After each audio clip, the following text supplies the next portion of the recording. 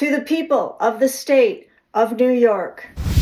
Hello, good morning. Once the bell rings, as you get started, you gotta have a few technical difficulties or it's not a show. Hello, we are rendering yesterday's wonderful show. The complete independence of the courts of justice is peculiarly essential in a limited constitution. All right. By a limited constitution. I like it. Rendering now. I gotta start the show no matter what. Episode 2. Oh wow, 6 gigabytes? In the editing, I try and make it a little more entertaining. It's all about you.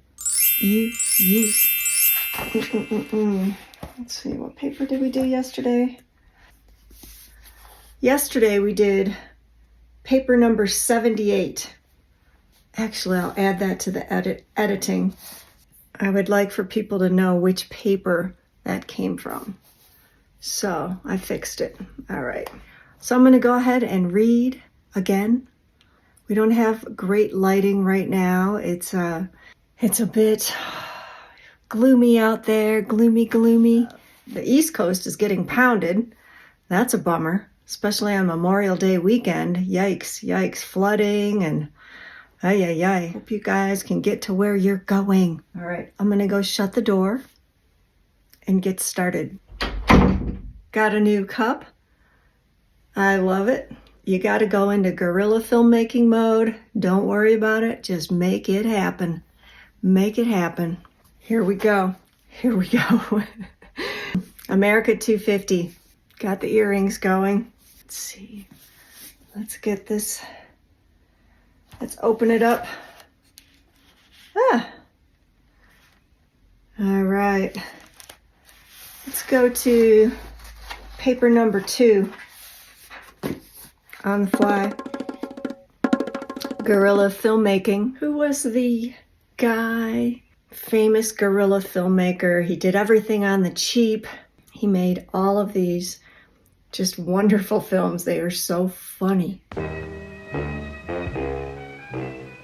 My name is Sergeant Joe Fink, working the 24-hour shift out of homicide. And this is my workshop, the part of town that everybody knows about, but that nobody wants to see. Where the tragedies are deeper, the ecstasies wilder, and the crime rate consistently higher than anywhere else. Skid Row. Yes. Let's see if I can hold this up to read it properly. Number 2. Concerning dangers from foreign force and influence. For the Independent Journal, Wednesday, October 31st, 1787. I wonder what year Halloween started. Irrelevant. Okay, so this is from John Jay. JJ. All right, this is from JJ. To the people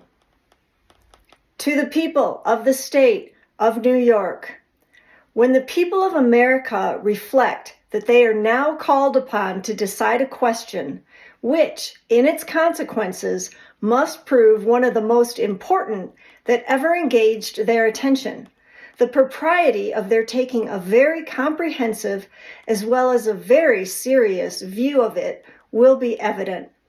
Nothing is more certain than the indispensable necessity of government, and it is equally undeniable that whenever and however it is instituted, the people must cede to it some of their natural rights in order to vest it with requisite powers.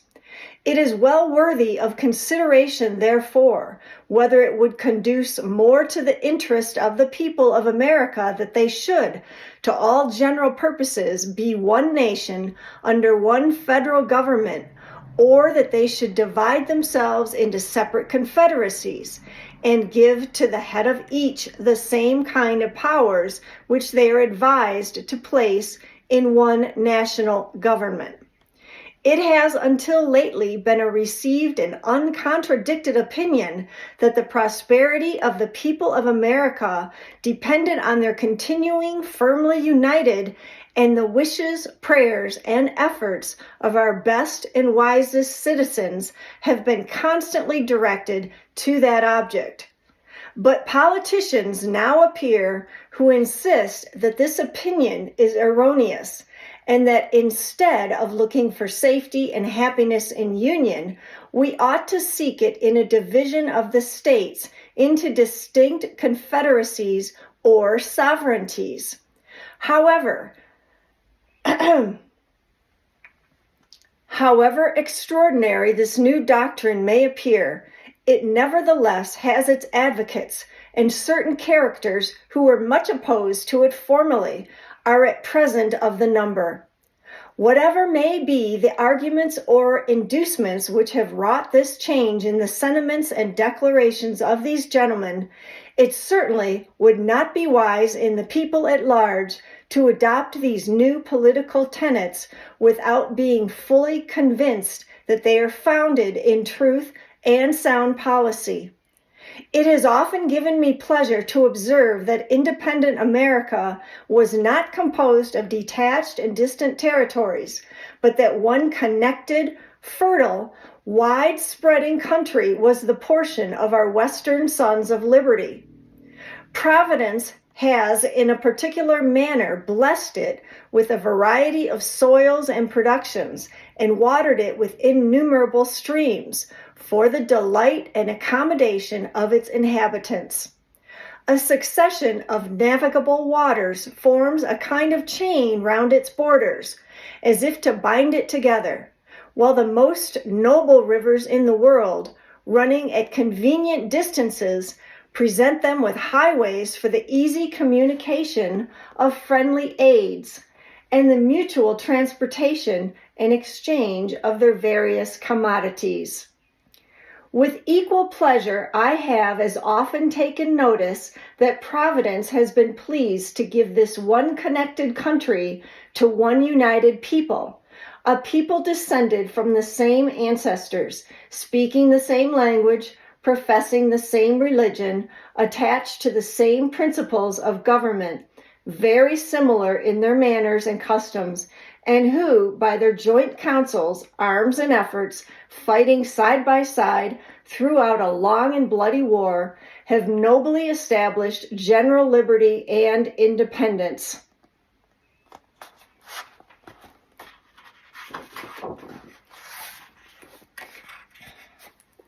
Water. Where's my water? We're doing it. Day two. All right. Hello. This country and this people seem to have been made for each other, and it appears as if it was the design of Providence that an inheritance so proper and convenient for a band of brethren, united to each other by the strongest ties, should never be split into a number of unsocial, jealous, and alien sovereignties. Similar sentiments have hitherto prevailed among all orders and denominations of men among us. To all general purposes, we have uniformly been one people, each individual citizen everywhere enjoying the same national rights, privileges, and protection. As a nation, we have made peace and war. As a nation, we have been vanquished our common enemies. As a nation, we have formed alliances and made treaties and entered into various compacts and conventions with foreign states. A strong sense of the value and blessings of union induced the people at a very early period to institute a federal government to preserve and perpetuate it.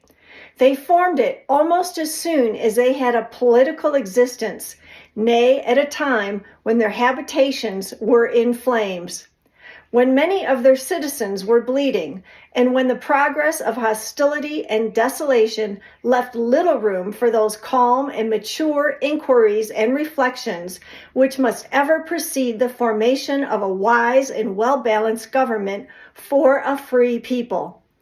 It is not to be wondered at that a government instituted in times so inauspicious should on experiment be found greatly deficient and inadequate to the purpose it was intended to answer. This intelligent people perceived and regretted these defects, still continuing no less attached to union than enamored of liberty. They observed the danger which immediately threatened the former and more remotely the latter, and being persuaded that ample security for both could only be found in a national government more wisely framed, they, as with one voice, convened the late convention at Philadelphia to take that important subject under consideration. This convention composed of men who possessed the confidence of the people, and many of whom had become highly distinguished by their patriotism, virtue, and wisdom, in times which tried the minds and hearts of men, undertook the arduous task.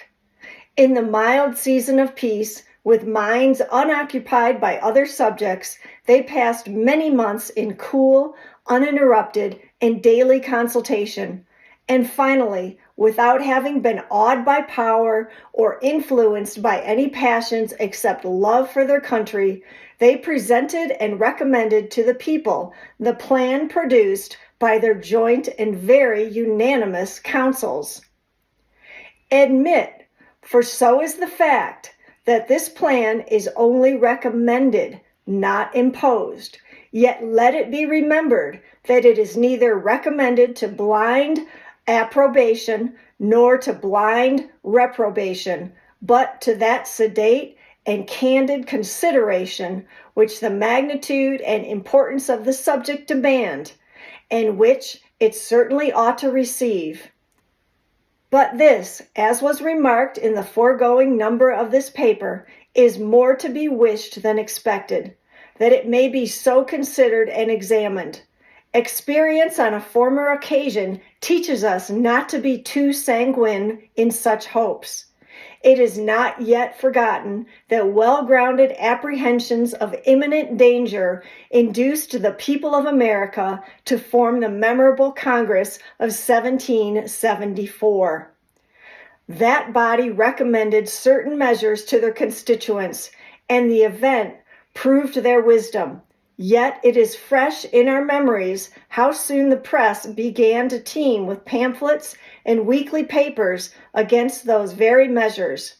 Not only many of the officers of government who obeyed the dictates of personal interest, but others, from a mistaken estimate of consequences or the undue influence of former attachments, or whose ambition aimed at objects which did not correspond with the public good, were indefatigable in their efforts to persuade the people to reject the advice of that patriotic Congress.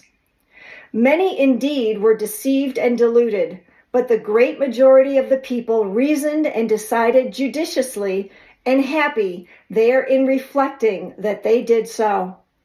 They considered that the Congress was composed of many wise and experienced men, that being convened from different parts of the country, they brought with them and communicated to each other a variety of useful information, that in the course of the time they passed together in inquiring into and discussing the true interests of their country, they must have acquired very accurate knowledge on that head, that they were individually interested in the public liberty and prosperity, and therefore that it was not less their inclination that their duty to recommend only such measures as after the most mature deliberation they really thought prudent and advisable. These and similar considerations then induced the people to rely greatly on the judgment and integrity of the Congress, and they took their advice, notwithstanding the various arts and endeavors used to deter them from it. But if the people at large had reason to confide in the men of that Congress, few of whom had been fully tried or generally known, still greater reason have they now to respect the judgment and advice of the convention, for it is well known that some of the most distinguished members of that Congress who have been since tried and justly approved for patriotism and abilities, and who have grown old in acquiring political information, were also members of this convention and carried it into their accumulated knowledge and experience. It is worthy of remark that not only the first, but every succeeding Congress, as well as the late convention, have invariably joined with the people in thinking that the prosperity of America depended on its union.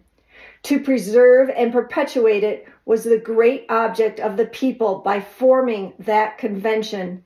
And it is also the great object of the plan which the convention has advised them to adopt. With that propriety, therefore, or for what good purposes are attempts at this particular period made by some men to depreciate the importance of the Union? Okay, that's a question. With what propriety, therefore, or for what good purposes are attempts at this particular period made by some men to depreciate the importance of the Union? Or why is it suggested that 3 or 4 confederacies would be better than one? I am persuaded in my own mind that the people have always thought right on this subject, and that their universal and uniform attachment to the cause of the Union rests on great and weighty reasons, which I shall endeavor to develop and explain in some ensuing papers. They who promote the idea of substituting a number of distinct confederacies in the room of the plan of the convention seem clearly to foresee that the rejection of it would put the continuance of the Union in the utmost jeopardy. That certainly would be the case, and I sincerely wish that it may be as clearly foreseen by every good citizen that whenever the dissolution of the Union arrives, America will have reason to exclaim, in the words of the poet, "Farewell, a long farewell to all my greatness." Publius. Okay, there is a painting here. There is a picture. The view from Point Breeze, Delaware, 1818.